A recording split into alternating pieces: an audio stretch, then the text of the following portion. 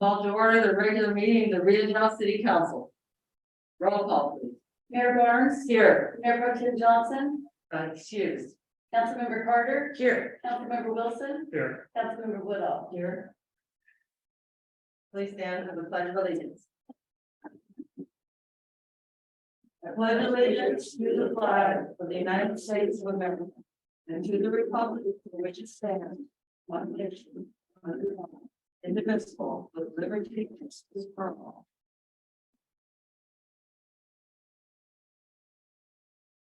Ceremonial matters. I believe we have a Jay McCovery. Yes, ma'am. Hi, Jay. Welcome. And maybe a Christy and a Josh on Zoom, maybe. I'm hoping. We hope. Cross our fingers. And I'm going to read this proclamation to you. Care to come forward? Lovely. In recognition of the Great American Smokeout, November 17th, 2022. Whereas the American Cancer Society encourages all tobacco users to join the Great American Smokeout and quit tobacco for at least one day. And whereas each year, nearly 34,000 California adults die from smoking and 20,300 kids become new daily youth smokers. And whereas flavored tobacco products make smoking and vaping electronic cigarettes attractive to youth and harder to quit. And whereas more than 84% of high school smokers use electronic cigarettes, almost all of which are flavored. And whereas electronic cigarettes create hazardous waste in the form of plastics, semiconductors, heavy metals, and lithium-ion batteries for which there is no established disposal or recovery procedure. Now, therefore, be it proclaimed on this 15th day of November 2022 that the city of Rio Dell hereby recognizes and supports the American Cancer Society's Great American Smokeout on Thursday, November 17th, 2022, and encourages all residents who use tobacco products to consider that they do not have to smoke stopping in one day. Just start with day one. Signed this day by Deborah Garnes, City of Rio Dell, Mayor, City of Rio Dell. I'm going to give this to you. And then we're going to allow you to say. Thank you very much. Thank you for.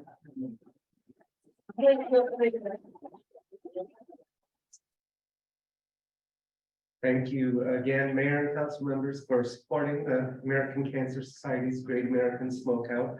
It's a annual reminder to help people quit smoking, and there's a number of free resources. I'll keep this brief. Of course, Kick It California offering free telephone and online counseling. BecomeAnX.org has a whole bunch of tools available, and also a community of smokers supporting each other at the quit attempt. And then This Is Quitting, which is a new resource designed specifically for young people who are trying to quit using electronic cigarettes or vaping. And I believe Josh is on the line. He is a member of our youth coalition, and I'd like to hand it over to him. Absolutely.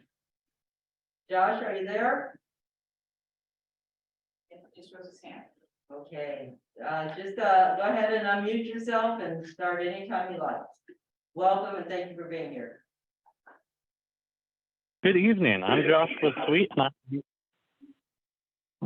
Good evening. I'm Joshua Sweet, and I'm a youth substance abuse advocate and a member of the Tide Coalition, a youth coalition that aims to educate the community about tobacco control issues. We've known for a while now that nicotine products are addictive and harmful to our health, yet we still allow them to be sold pretty much everywhere. Sure, we've put restrictions on tobacco companies, but they've only come back targeting our youth with flavored e-cigarette devices. And it worked. They managed to market these flavored e-cigarette devices in a way that appealed to youth and got them hooked on it. Both middle schools and high schools have reported a significant increase in student vaping, and it will only get worse unless we come together to stop it. But stopping it from tobacco companies is only a part of the problem. Nicotine is an incredibly addictive substance and can seem impossible to quit, but it's not impossible to quit. With dedication and support from friends and family and the right resources like those on kickitcalifornia.org, those with a nicotine addiction can quit the habit. This coming Great American Smokeout, be the support someone in your life needs, whether that's a friend, a parent, a sibling, a coworker, you name it. Maybe you're ready to quit and need some help doing it. Now's the time to find someone to help you through. By helping those close to us or ourselves triumph over nicotine addiction, we not only improve the overall health of our community, but we also take a stand against big tobacco, one butt at a time.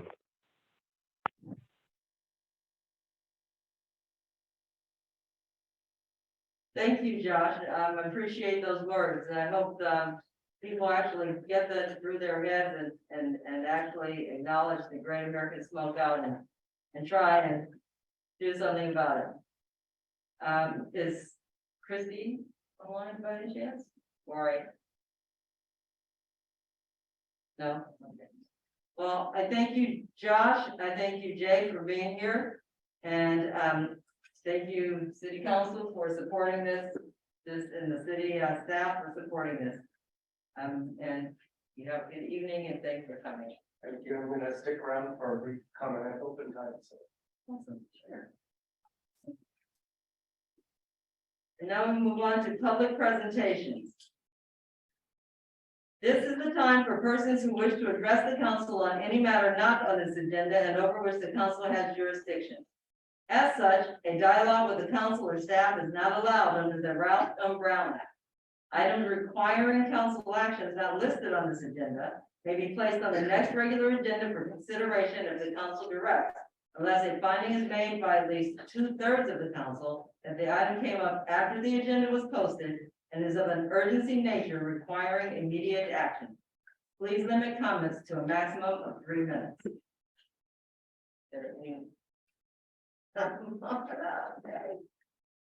He's back. Oh, no. Yes, so my name is Jay McCovery. I live in Arcata and I work for a project called Tobacco Free North Coast. It's funded by the California Department of Public Health. And I'm also a member of a community coalition called Allies for Substance Use Prevention.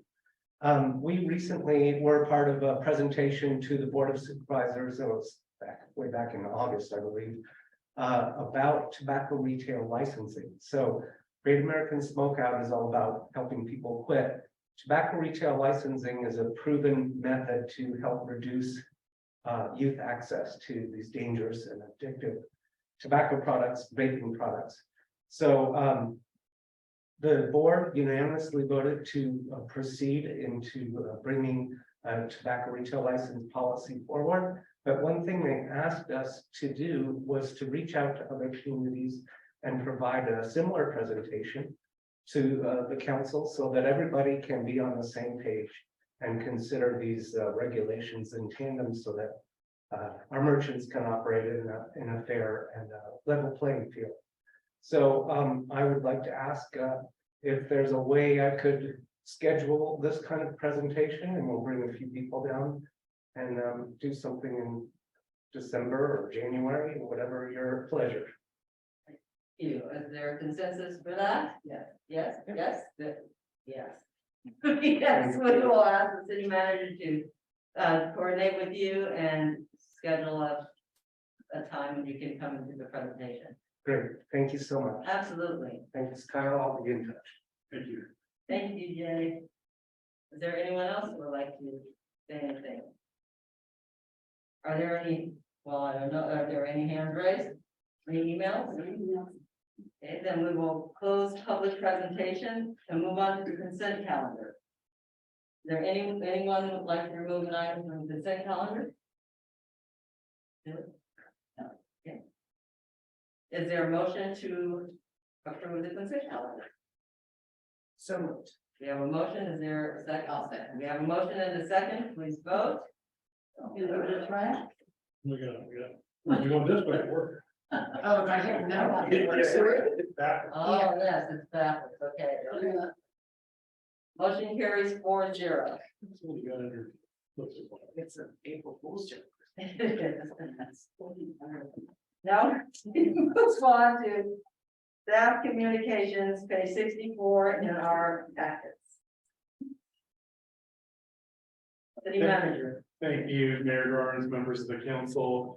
Believe it or not, 2022 is starting to come to a close. We do have some business to complete over the next couple of months, month and a half actually. Our next regularly scheduled council meeting is December 6th of this year.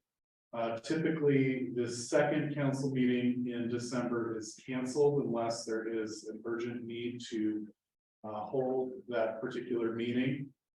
But right now, unless the council would like to hold a meeting, we are planning on canceling that second meeting, which I believe is December 20th. And then upcoming over the next couple of days are the nuisance committee meeting tomorrow at 3 p.m. here at City Hall. And then also we have our traffic committee meeting on Thursdays, the day after tomorrow, also at 3 p.m. here at City Hall. So with that, I will return it back to the council to see if there's, oh, and actually jump back a second here. Mayor Garnes and the Community Development Director Caldwell were able to attend the November 1st Board of Supervisors meeting where PG&E presented their latest information on electrical capacity issues in the region. Certainly the news as it has progressed has been a little bit more positive for Rio Dell and timelines that are acceptable to our developers at this point in time. We will be continuing to work with the California Public Utilities Commission to make sure that Pacific Gas and Electric honors those timeline commitments to the city of Rio Dell, to our neighbors, city of Fortuna in particular.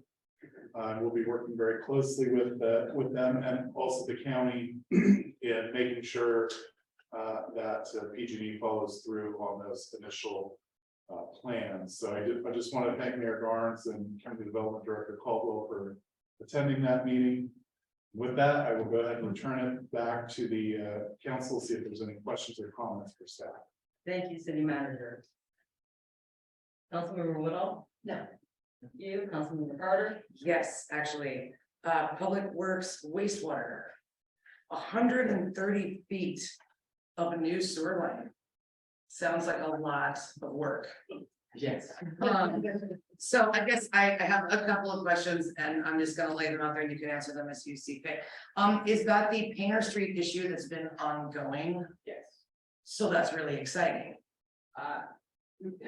It's just like exciting, it's a progress. Let's say yes, it's a proof in the pudding. I think what we ended up doing was just locating an issue or building the line and restricting or opening up additional hydraulic flow or more gallons per minute through the line because of settling over time. This is the original line that fed the contact basin when it was the city's main source of treatment. So in upgrades over the years, we're able to eliminate a section of that pipe and increase the slope. So hopefully it will, work very well in a significant storm. I'm not promising Mother Nature clearing her throat or anything, but we're real hopeful that it will at least help or mitigate the issue of our system. Did you get that done before this last rain? Yes, Did we notice any kind of improvement there? the ground is just not getting that. It wasn't, okay, yeah. What do I know? It just seems like a really big project and so I'm glad we got that done. And I know drainage has been a problem. At this point, it's a Band-Aid on a bigger issue unless it is proved successful. So we are continuing to move forward with our SSES findings and just kind of remains to be seen. So hopefully we're able to improve the condition of the existing infrastructure. Well, that sounds like a lot of work and thank you. And that's it for me. Thank you. Councilmember Wilson? Yes, on the city manager on this traffic committee. I didn't know there was a meeting Thursday, but I have a RCEA is, they're having their meeting a week earlier in November, and they'll do the same in probably December. They have said that they do it on the third Thursday instead of the fourth Thursday. Because of the holidays, so I will be able to attend that. The other question I had, wasn't on here, but we were gonna have this, PG&E is gonna, shut power down to Rio Dell. Saturday. The pole they want to replace is laying there. It's right next, it's on the edge of of the parking lot to CC Market. There's one on one side of my property that's a 60K or 60,000 volt pole. Big steel pole, and the big steel pole is in 3 sections, but on the other side of the parking lot, which would replace the wooden one that's kind of crusty. It isn't, and they were gonna do this once before, I think, and they didn't come about to it. My question was, because it rained, and so they decided they had sent out, one, they didn't send out notices to everybody, there's, through social media, I got wind of it, about half the people commenting there said, yeah, they got a notice. And one of them talked to the gentleman that runs CC Market, and he was not notified, but he called, and they said, oh yeah, it's the 60K line, so that feeds your substation, so when that goes, the whole substation's gone. And they said, we'll notify you, but we won't notify you if we don't have, we won't tell you that we're not, we're just gonna tell you that we are, and if you don't, you don't. And so there was a lot of preparation. I know he rented a generator, I had mine running, but what I was gonna ask is if where we are on this, on the city webpage, if we're able to have some kind of input that we could send out to the residents, like a news item thing or some highlight, so that they could be apprised of what was going on, and then the PG wouldn't have to tell everybody, but Rio Dell could post it, so people that were, as I watched through the day, there was comments. Are we gonna lose power? We're not gonna lose power. So everybody's bracing for this. And if we could have some kind of a updating system. On our, I know we talked also about doing the city webpage, but, so, yeah, Facebook page. I'm not really big on doing that. But like on our city page, if we could have something. So we have, so certainly the new webpage will also have the latest news section. But one of the other tools that we have is also Nixle, which we want to encourage everybody to sign up for, and that's our emergency alerting process. And that can also, it has been used for things like gas leaks or water leaks. And so I think, that kind of power outage situation would qualify for use on Nixle, just not at the highest alert level. And that's another method for us to be able to push information out inside of 5 minutes. That would be great. I think I have that because I get the freeze warnings and different stuff. So if we could utilize that for something like this, I think this warrants. This would qualify under that. I think that would be a great thing to utilize. So I think that then the question about that then is, can we get PG&E to communicate to the city? Because that's really, I mean, you can't notify if you don't know, right? And so that's another thing. Yeah, it may be that it's just affecting one section of town and not necessarily another, but we can encourage residents to contact PG&E to verify whether their address is going to be impacted or not. So we can reach out and do that in the morning and figure out what needs to be sent right away. PG&E did not notify everybody. Yeah, they didn't notify the city as far as I'm aware. They replaced the poles, if not all of them, most of them down Davis Street. And I don't believe you were informed of that. So they also left some of them halfway sawed off and new poles installed, which I'm curious as to how that will work. So there's a lot of questions that we have of our friends at PG&E. Other than that, I think that's all I have. Thank you. Yeah. Oh, can I ask that? Absolutely. Chief, was today the day that you met with the kids at the school? Yesterday. How did that go? really well. We met with the kids at school regarding to baby dance, so it was pretty timely presentation, so it went very well. Oh, great. I'm glad to see you participating in the school. I know it's great.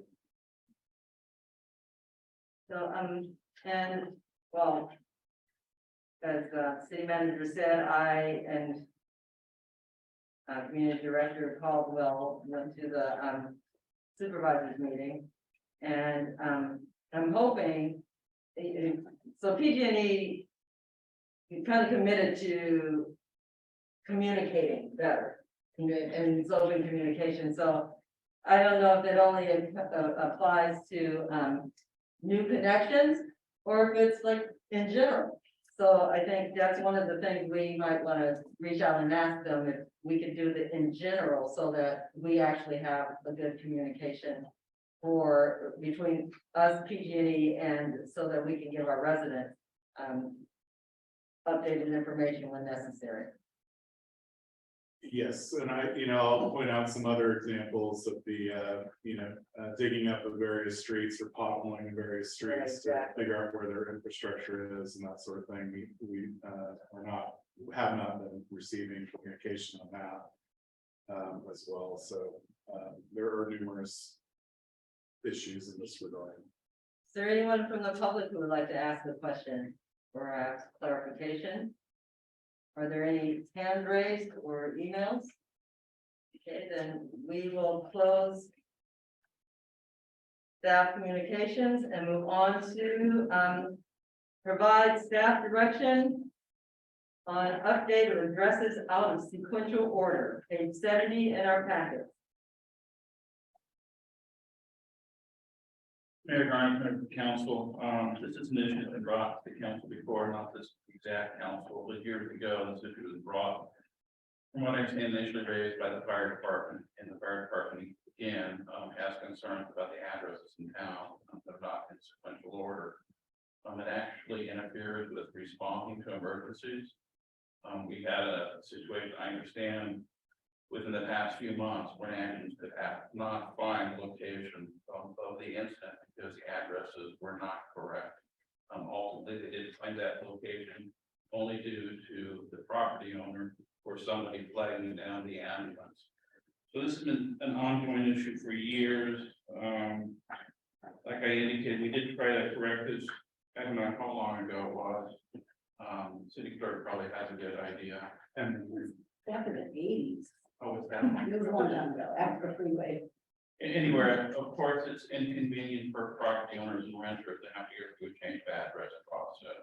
There is some hoops they've got to jump through. But the whole issue is about life safety here. And if an address is out of sequential order and it delays the response time to the victim, we can say it could be deadly time. And so it is a critical issue, not only for the fire department and the ambulance services, but for the city as well. So we took a look at the Avenues neighborhood, and we've got some maps in your packet. And if I could ask Rose to put them up on the screen, that identifies those Avenue properties. There are approximately, I believe, 245 parcels out of the Avenues area. 45 parcels need to have their address changed in order to get in sequential order. So some of these parcels have more than one building on them or more than one residence. For example, fourplex, the newer fourplex in the corner of First Avenue in Berkeley. So there's 4 right there. But if you look at page 7, which is up on the screen right here, the ones that are blocked out in red are out of sequential order. You can see on 4th Avenue, it goes 502 on the corner, 508, then 506, and 504. Obviously, those numbers should be getting higher as you go up towards David Street. So we're recommending 502 remain on the corner, 520, 530, and 540. So those are the changes there on Dixie Street. There is a triplex there right now. It's known as 440 units A, B, and C. We're recommending that these units be 420, 430, and 440. And so on that page, 3 of the properties are owner occupied, and then the 4th property, triplex on Big Street, is occupied by renters. We go You can see those properties along Wildwood Avenue. Are as a sequential order. And then, believe it or not, the property directly across the street of their Memorial Park. For some reason, that has a 670 First Avenue address. And when those new property owners bought the property recently, they were surprised to find out they had a First Avenue address as opposed to a Davis Street address. So again, one of them is owner occupied on Davis Street. The other properties are occupied by renters. And then we go to page 10, same thing on Wildwood Avenue. We have 456 A and B, and the idea is to do the A's and B's, which is customary throughout all jurisdictions, and to assign real numbers. And then down below, we've got 440, 442, 444, 446 Wildwood Avenue. That's actually I believe Nick Angelo's office building that he rents, and some apartments behind those are all renter occupied. And then the house on A Street, 425, that actually is an address that never has been assigned. That's actually a new assignment. The two properties up on Dixie, 202 and 204 in the red, those are rental properties. We're suggesting that those get addresses assigned to 101 and 111. And then 215 Dixie, we're recommending an address of 115, but that should be the 100 block. The idea is the first block is 0 to 100, the second block is the 100 block, the third block would be the 200 block, and so on. We have another change down there on Columbus Street, corner of Columbus and 3rd. Right now it has an address of 305 Columbus Street. Again, using that sequential order of blocking. If it has a 200 address, we're recommending a 280 address for that one as well. That property is owner occupied. Then if we go to page 15, and this is Wildwood Avenue. Right now, for some reason, we did not identify or show addresses on, well, actually 280 Wildwood. We're recommending it right now 278 and a half. We want to avoid half numbers. It would be a 280 address, 278 and 280. Those are renter occupied. 206, the long parcel that stretches between Wildwood Avenue and First Avenue, is vacant. And a number of these rental properties are actually owned by the same family that the VA is there. That one we're recommending a 235 address, the one just below that. We go to 221 from 241. And then the two on Berkeley Street did not have 100 addresses. Again, they should be 0 to 100. And so we're recommending 60 and 80. The one across the street is that Fairleigh fourplex. And those should be 100, 110, 120, 130 Berkeley Street. And then the one on the corner, this has a 201 address, even though there are 4 units there. Our records that indicated A, B, and C, or units 1, 2, 3, and 4. But we're recommending 201, 211, 221, 231. Second Avenue, obviously those are rental properties as well.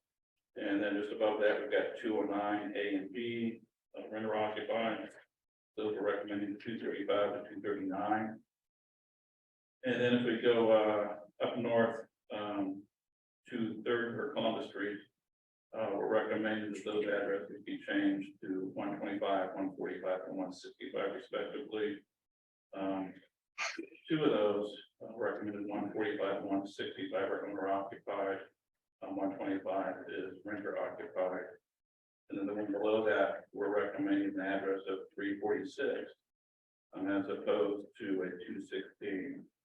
You can see that one is totally out of the. It's currently 216. If you look down below it, there's a 326, and there's 318, 314, 310. So that one will bring those all into sequential order there. And again, the whole idea here is to allow the emergency responders and provide these things in a timely manner. The one on Columbus Street up there and 3rd Avenue, that is renter occupied. In fact, I think it's vacant right now. That is a Joe Enos property. It has an address of 291 Third Avenue, the front door faces Columbus Avenue. So it should be a Columbus Avenue address. And that one would be changed to 255 Columbus. And then if you go down below Second Avenue, 206 A and B, again, that's right above 246. If anything, it should be a higher number than 246. So we're recommending 254 and 258 for those two units there. One is owner occupied, one is a rental. And then below that, two parcels, we've got 236 units 1 through 3.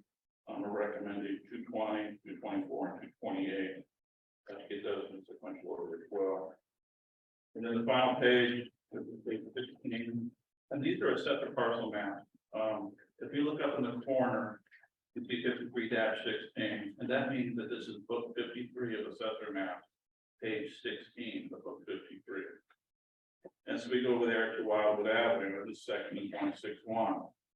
So we're looking to get those parcels just below Berkeley Avenue in sequential order, and those would be changed from 164 to 164 to 154, 128, which should be a higher number than 164, would now become 164, and then 194 would become 174.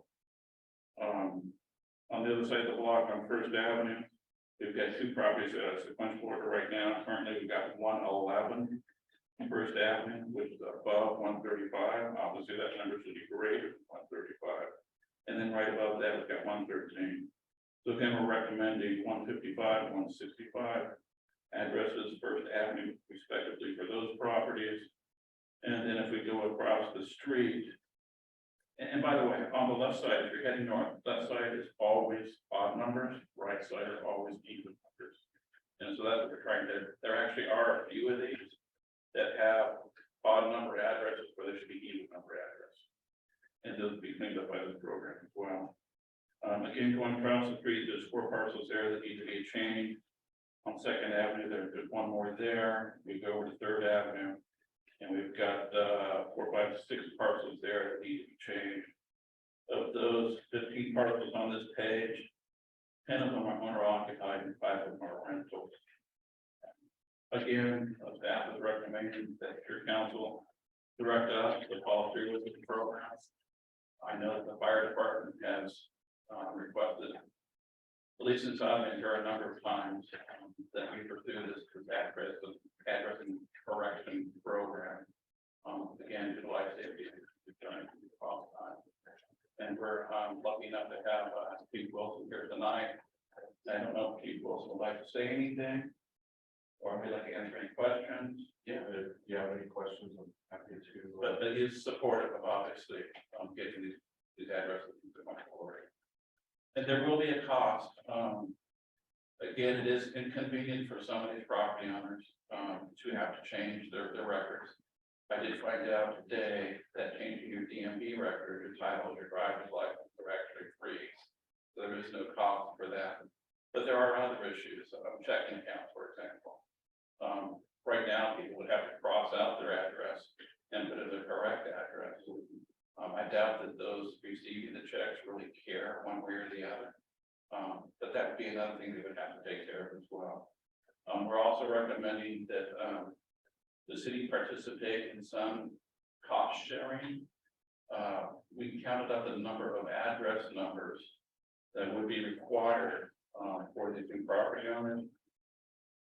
And I want to say the cost was roughly $240 off the top of my head. I think I've got that in the staff report here.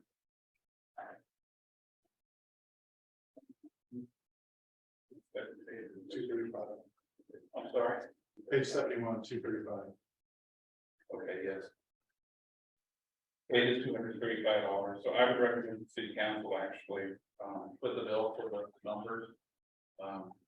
Not only for the neighborhood, but the entire community, but we think the bulk of those addresses that need to be changed are most likely located in the neighborhood area. It is one of our oldest neighborhoods in the town. With that, I'll answer any questions that the council may have. Or again, Chief Wilson will answer any questions you may have as well. Thank you. Councilmember Carter? I supported this. I mean, just for, for first responding, it's so important, emergencies, yes. I know people aren't gonna like it, but I think that's okay. What does this do to like the title for your house or your property or something like? Do you Your have to? title should always be vested by parcel number and legal description. Never by address. Thank you, that was my question. And I've been writing checks from my rental house in McKinleyville from like 15 years ago, and nobody's ever said anything. Not even the city of Rio Dell. So I'm assuming we'd have a public hearing or something about this? This is one public hearing. What I Okay. suggest is we actually put a blurb in the newsletter Yes. to let people know what's coming down the pipe. And at one point, like when this comes back to a meeting, thank you so much for being here. I'm wondering if you or other people from the department or other kinds of first responders could come and address the community and explain from your perspective why this needs to happen too. Yeah, Absolutely. I love that. And those are my questions. Thank you. Thank you, Councilmember Wilson. Yeah, I assume this is partly because part of the history of Rio Dell. The house got built and there was a vacant lot and they would build a house and they needed a number and they gave it a number instead of. From what I understand, a lot of these addresses were self-assigned by the property owners. Yeah. I know when we added the address over on my place for the duplex stuff. I had input from the chance to choose, we just wanted to, we stayed in a sequential direction. But I could have picked a different number, but it stayed in sequence, and then we did put up a couple of parks, so it was. Not that there would ever be anything in between, it'd be kind of tough to get in between you, but. No, I fully support it with the fire department, I don't. I know what it's like, because where we're at on North Pacific, where Pacific used to go through. Across where the freeway is, and it went across over to. I guess Pacific is, the other Pacific, it's not North Pacific, but straight Pacific. And so when the fire rig was emerged, it was the fire so much as the emergency vehicle would come, we had to get out, because they would always want to go and turn right towards ELO. And chase that direction, and I don't think that was any part of the sequential part, but when it's dark out there, I know they have things for fire hydrants, so they can see their hydrants. But this, I would hope that the citizens would be good with it. For the price, you say it's a total of $230. Less than $250. I would make a recommendation that we cover the whole cost of the $250 instead of the $125. I don't know if that's not gonna break. And that was my intent, actually. Yeah, it wouldn't break Rio Dell to do that, and it would show some good faith on the part of the city, because the city is kind of a culprit here, and they're gonna have to deal with, like you said, their driver's licenses. And there's probably other things that we're not thinking of, where there's an address. Your PG&E bill, your direct TV bill. Well, some of that stuff gets used when you go for your goal, like with your Golden Bear license. They wanted a PG&E bill to verify that you were a resident. Yeah. Got it. I mean, they're gonna have enough headache as they can to say that we could, I would make that amendment to. And what I would do, I would suggest we notify these property owners directly. Yes, I would thought. As opposed to just the newsletter itself. Again, there's only 45 parcels here. And it wouldn't take staff that long to generate that mailing list. And then give them adequate time and probably either the first or second meeting in January. Have that public hearing with those residents, including the owners and the renters. To hear the concerns and at least let them voice their opinion. Yeah, I would have thought you would have sent a letter to your address, I'm just saying. I didn't get one of those letters, I'd probably come down and say something. Right. Yeah, it's civil, man. Yes. But, yes. I'm so physical. Yeah. How many total number of rentals did you say there were? Oh, I have to add it up. There are 45 parcels, roughly 60 buildings. Um, um,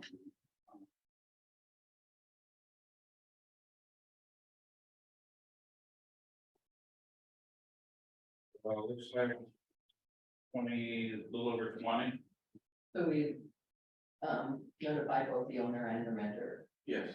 And are homes required to have an address up front? Because we were Yes, driving around. Yes, there are, And, in the fire code and the building code. yeah, They've got to be a minimum of 4 inches tall and a half-inch wide stroke width. yeah, because we have homes in town that aren't included in this, No. and there's no address on them. Yeah, and they're supposed to be contrasting color of the paint. Okay, Sharon, which places you were telling me that you had to notify? Earlier, you remember? You had to. We were just talking about it earlier. I don't even remember when, that's, okay, we said you had to notify some places. Oh, yes, when you advertise, I send it to the assessor's office, the, post office, all the utility companies, and sometimes ambulance, but I try to notify as many people as, I have a regular list of people that I send copies of letters to. And then I was just wondering, how long, do we know how long the post office will be willing to deliver to the new addresses when? Yes, forward to the. My understanding is 6 6 months, months? but I know that it always hasn't been 6 months, but that's what it used to be. Supposed to be 6 months or 6 months, at least that's a good period of time for them to, forward. I think it's a good idea, time for it.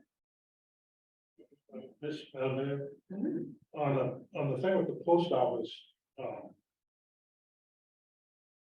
somewhere you gotta get clarification on that, because when we added the second address at 52 North Pacific, the first time I went, after we put it in the mailbox, we went in and Karen mailed the county, the post office, and I'm not sure who else. Utility companies. But PG&E. Then the post office told me that, we had a box out there and they said, we won't deliver to you. The first day it was out there, they said, we won't deliver to them.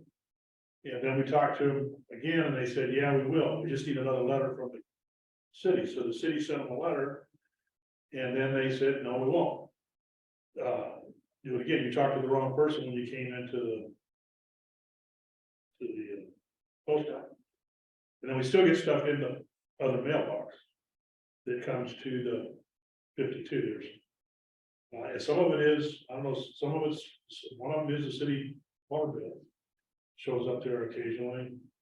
But there's other addresses and things that come to that there, so I don't know. Somewhere the post office has got to get, There is a disconnect somewhere along, and I'll say along the post office lines. I would expect that it is. Because I know the confusion they've been through. They seem to want to get you over to those Neighborhood box. big neighborhood boxes, because that makes it nice for, when it gets down to the bottom of the line, it has to do with delivery. I know when we wanted to go with one-way streets over on First and Second, it got into a big hullabaloo about how you were gonna deliver the mail. And they wanted to bring, They didn't want to get they out. wanted to put those boxes at the end of each of those avenues so that they could, they didn't have to drive up and down those, they could just pull up there, open the back, and put it on the mail. So they're part of this. I think they were part of the disconnect when that guy come through and if you remember that a few years back, he went through and put, suddenly one day, 30 mailbox things up here. Just, and they hadn't notified the city, they claimed they had gone to the post office. My mail key quit working for some unknown reason, I remember that. Well, they took a lot of those out. I've seen they places. They have them everywhere. Yeah. Yeah, they will certainly be involved, and we're gonna have the cooperation, obviously, for this to work. So I would just request that you keep us apprised of what's going on with the post office. I would, like for someone to be the designated person actually to communicate with the post office and have a one-on-one, I'm seeing you, you're seeing me, conversation so that they know that this is happening and because, we just need to make sure that this is as seamless as possible. I think that we need to, as this is a city kind of a thing, figure out some manner to address the elderly people who don't have someone to help them change their addresses, to help them do all the things that need to be done, because even though it's only 45 people, or residents, 45 Res- parcels. yeah, parcels, I'm sorry, thank you. There are people who are going, it isn't as easy to change your address as it sounds. It isn't as cut and dry as it sounds, and so there are elderly people who are going to need help, so as a city, we need to figure out a way that we are going to help those people.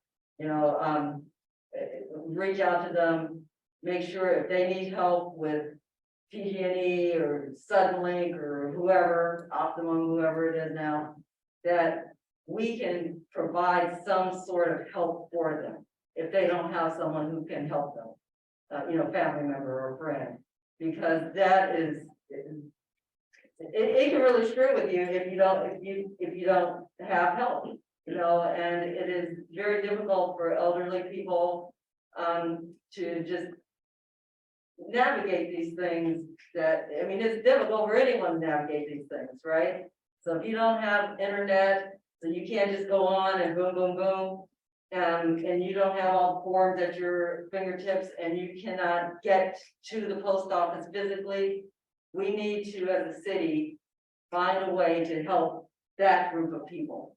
And that's gonna be, I think, very important to making this a smooth turnover of addresses.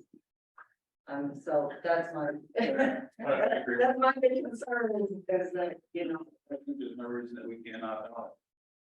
Some of these property owners, some of these tenants, if they in fact we need some help.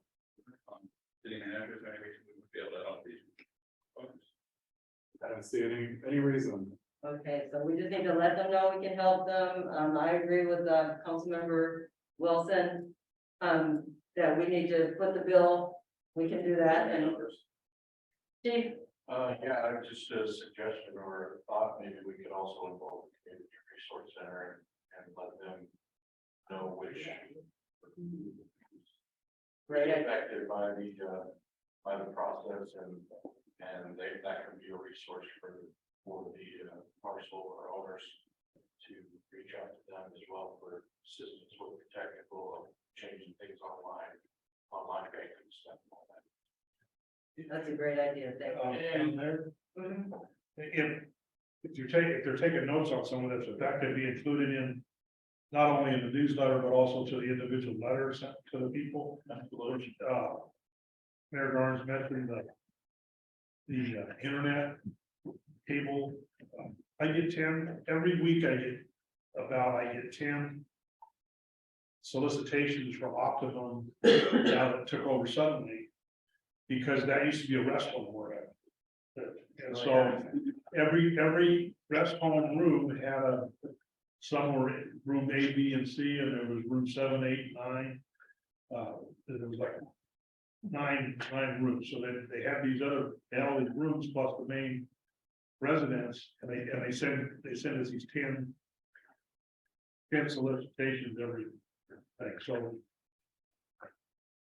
if that stuff was listed in the letter to the individuals, say these are things you're going to have to go. Like bullets, these are things you're gonna probably need to go address one way or the other. Things have been mentioned here, DMV, BGE, all of this stuff that they would at least be aware of it in a letter sent to them if they're getting theirs changed. Great idea. And we will do that. Thank you, so. It should be noted, it's my understanding as well that, I believe the current postmaster, is retiring at the end of the year. So there will be a new postmaster coming to the town. I will verify that. Regardless, I will work with who's over there. I'm going to be cited for. Thank That you. is the direction of the council. So are we all? Well, yes, move forward. So, Yeah. it didn't seem, it's. Yes, exactly. No, we're just providing direction right now. Just like to add one more thing, this is outstanding, and thank you for your support on the address changes. And this is kind of, I would say, phase one. There are some other areas in town, not quite to this extreme. Riverside Drive, for example, there's several little spots that we need to address, and Kevin and I can put together on that. But yeah, it's so important for us to have consistency and to just basically give our newer responders. And there's some of us that can see the address and know whose house it is and how many people are in there, but we're not going to be around forever. Kind of similar to the postal delivery drivers, and I think I had the same post carrier for 30 years, and now I don't think I've seen the same face twice in the same month. So things are changing with staff changing, newer fire members. We just don't have that consistent based knowledge of how the houses are set up, and so this is just highly important as technology advances. Sometimes it's just the simple things that make things go smoothly. So definitely appreciate it. We appreciate you being here too. Thank you. Mayor Norris, I would actually suggest that we put this into a motion Oh, for the council's vote. And so I'm happy to try to provide some language for Karen and the council, and then have the council vote on that. okay. So the proposed motion would be to direct staff to proceed with the address changes with the following notations of noticing both through the newsletter and directly to those affected parcels, owners and renters of the proposed changes, setting a public hearing date for at an appropriate time to hold a public hearing on the matter, where final approval will be given by the council to proceed or not. That the post office be involved in the process, and that the council is notified if there are problems regarding the post office. And that there is a plan set up for the elderly or others having difficulty managing the address change situation. Yeah. And the city financial. Yeah, the financial benefit. And that the city will put the bill for the address change. The address thing, but not the individual. The numbers. Yeah. Fix for the numbers. So. Karen, you got that? Everyone, you all hear it? Because I don't want to have your. To reset. Okay, is there a motion? Is there a motion, is there a second? I have a motion and a second, please vote. Motion carries 4-0. I hit the no button. I did too. Yeah. You did too. Yeah. Thank you, Shane. Thank you. Thank you. Thank you, sir. Thank you, Stan. Merry Christmas. Happy day.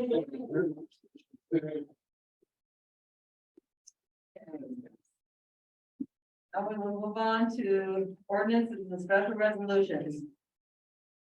Introduction and first reading by title only of ordinance 396-2022, amending chapter 15.05 construction codes, section 15.05.020 of the Rio Dell Municipal Code. Page 77 in our packet. And will be Community Director Kevin Hall. The mayor, current members of the council, this is an exercise we do every 3 years. As council is, I'm sure aware, every 3 years, the building codes change in the state of California.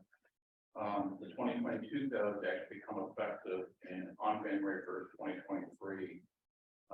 Regardless of whether or not we adopt an ordinance, we are obligated by law to implement and utilize the 2022 building code starting January 1st, 2023. This is the first reading and introduction. So basically, it would be amending chapter 15.05, the construction codes, municipal code, to reference the 2022 building code. And those building codes are actually identified in the staff report there. As council's aware, there was a second reading and approval required. We recommend that we schedule that second reading and approval of this ordinance, which is ordinance number, I just saw 396 at 2022 for your meeting on December 6th. And at that time, we would actually adopt the ordinance. And then again, building code will become effective January 1st, 2023. And we actually just received the new building code yesterday. There's a lot. $1,500 for the building codes. Wow. Thank you, Councilmember Carter. Fine by me. Councilmember Woodall. I went in and talked to Kevin this earlier today and he answered my questions and explained a little about it. And so I'm fine. Councilmember Wilson. It looks good to me. Anyone in the public have a question? Any hand raised, any emails? Then I would ask for a motion to accept the first reading by title only and for ordinance number 396-2022. Amending the chapter 15.05 construction codes and carry forward to the first meeting for the second reading, December 6th, 2022. Your motion. So moved. We have a motion, is there a second? I'll second. A motion and a second. Motion carries 4-0. Thank you, and now we will come to council communications, council reports and communications. So first, Councilmember Wilson. Yes, as I mentioned earlier, I have a RCA meeting early this week, which is day after tomorrow. And then we had last week, we had the HWMA meeting. City manager attended that, which was great to have his support there. They announced that they're not going to reopen the recycling center. That was part of the agenda, was to discuss reopening the closed recycling center in lieu of the fact that they're trying to proceed with this organic process. And the North Coast News had a thing on tonight. Well, I think they're having again at 11 with. Also, the Times Standard had an article, pretty good article that explained really what happened.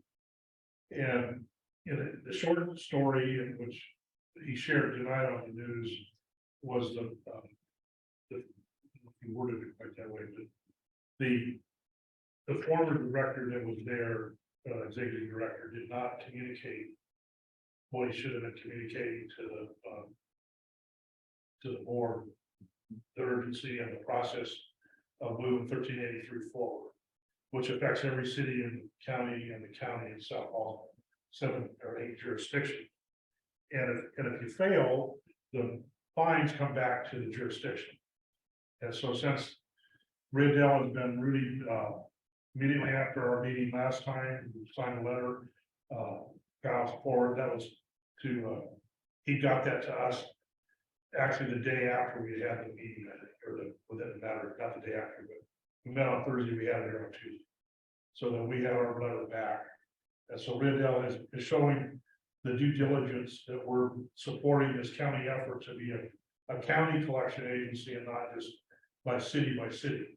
Most of your places like San Jose and San Francisco and your bigger cities have the resources to have their own organic process in place.